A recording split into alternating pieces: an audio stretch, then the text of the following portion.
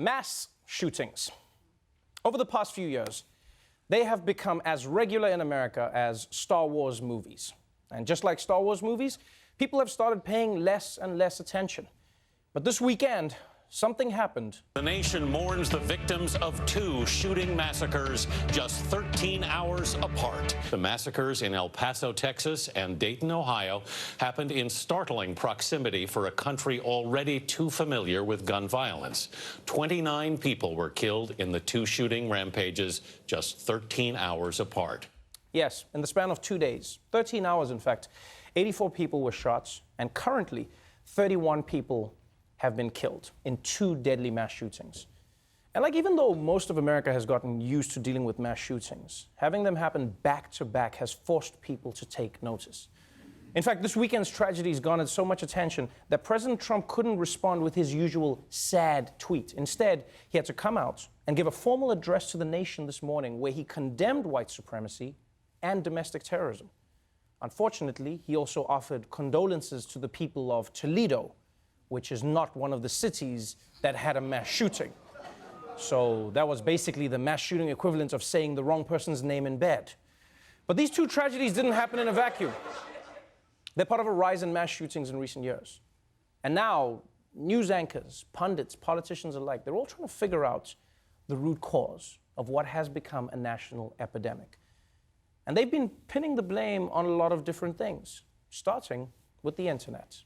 And on the controversial website 8chan, extremists seem to have found a home.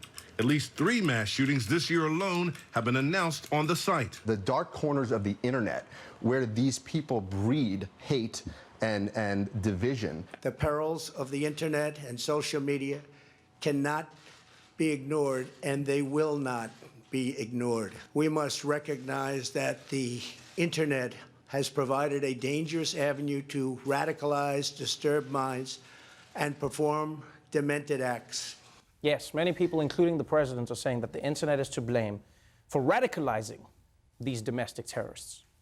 Because giving them a community and a platform is helping them share their ideas. It's the same way the internet has given a platform to people who eat laundry detergent, right? Yeah, back in the day, you could only share your feelings with the people at Poison Control. Now you have a community. So now some people are saying we need to tighten regulation of the internet. And I'll be honest with you, I'm all for it. Yeah, especially after I got catfished last week. I thought I was talking to a lonely middle-aged man who needed my social security number. Turns out it was some beautiful woman who wanted to date me. What the hell? I get what these people are saying, though. The internet is a powerful tool that can be used to radicalize wannabe mass shooters. You know, maybe that's why we don't have a mass shooting epidemic in Africa. Our internet is shit and the power keeps cutting. Yeah. Right now, there's some guy in Nigeria who's like, I want to be radicalized, but this Wi-Fi is so slow. You are so lucky this video is buffering, huh? You are so lucky. I'll just have to stick to sending emails. Dear sir, I have lost some money.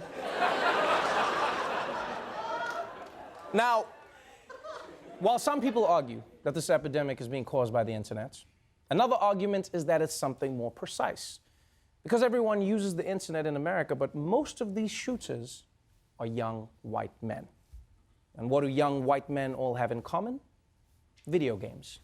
The idea of these video games to dehumanize individuals, to have a game of shooting individuals and others, I've always felt that is a problem for future generations and others. First shooter games would desensitize folks to the violence. When you see it through a screen and you don't relate to it in person, it makes it seem like it's more accessible. What's changed in this country?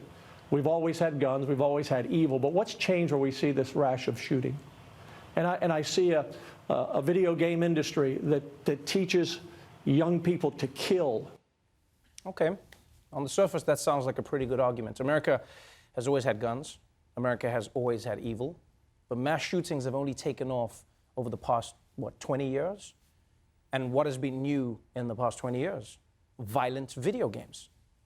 Although by that logic, anything that's been invented in the last 20 years could have contributed to mass shootings. Like Crocs were invented over the last 20 years. And I know they inspire anger in me. Here's another thing, though. If video games are responsible for shootings, how do you explain countries like South Korea or Japan?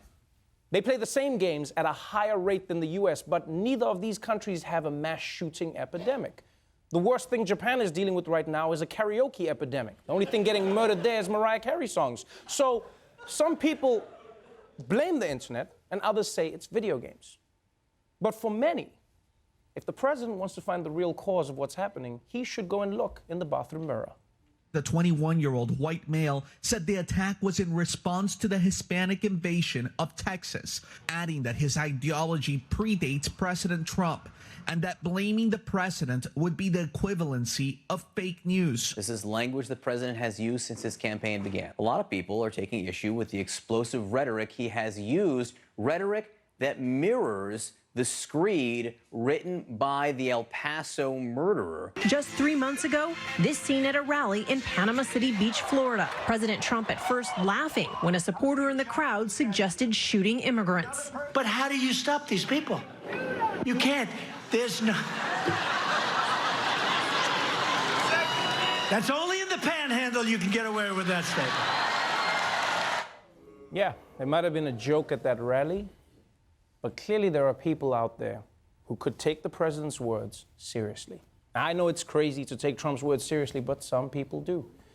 In fact, as we've learned, the mass shooter in El Paso left behind a manifesto that included the same phrases Trump uses every day: fake news, immigrant invasions. Like, the only reason you know that it wasn't written by Trump is because the grammar was correct. And here's the thing. Although there is a chance Donald Trump has emboldened racist mass shooters, we also cannot say that he's the overall cause, because there were racist mass shooters before Donald Trump. It's the same way you can't blame stuffed crust pizzas for the obesity epidemic in America. You can't admit that adding a pizza to the edge of a pizza is not going to help people lose weight, but it's not the cause. So some people blame the internet, some say it's video games, others blame President Trump. But the thing we're hearing the most after these mass shootings is that the real cause is all in the head. Mental health is a large contributor to any type of violence or shooting violence. There's so many different factors you don't know. I mean, maybe a child's born with, something, mental illness. This was a sick person. The person in Dayton was a sick person. No politician is to blame for that. You cannot be a white supremacist and be normal in the head. These are sick people. Now, again, this argument sounds completely logical. If someone kills a group of random strangers, they must be mentally ill.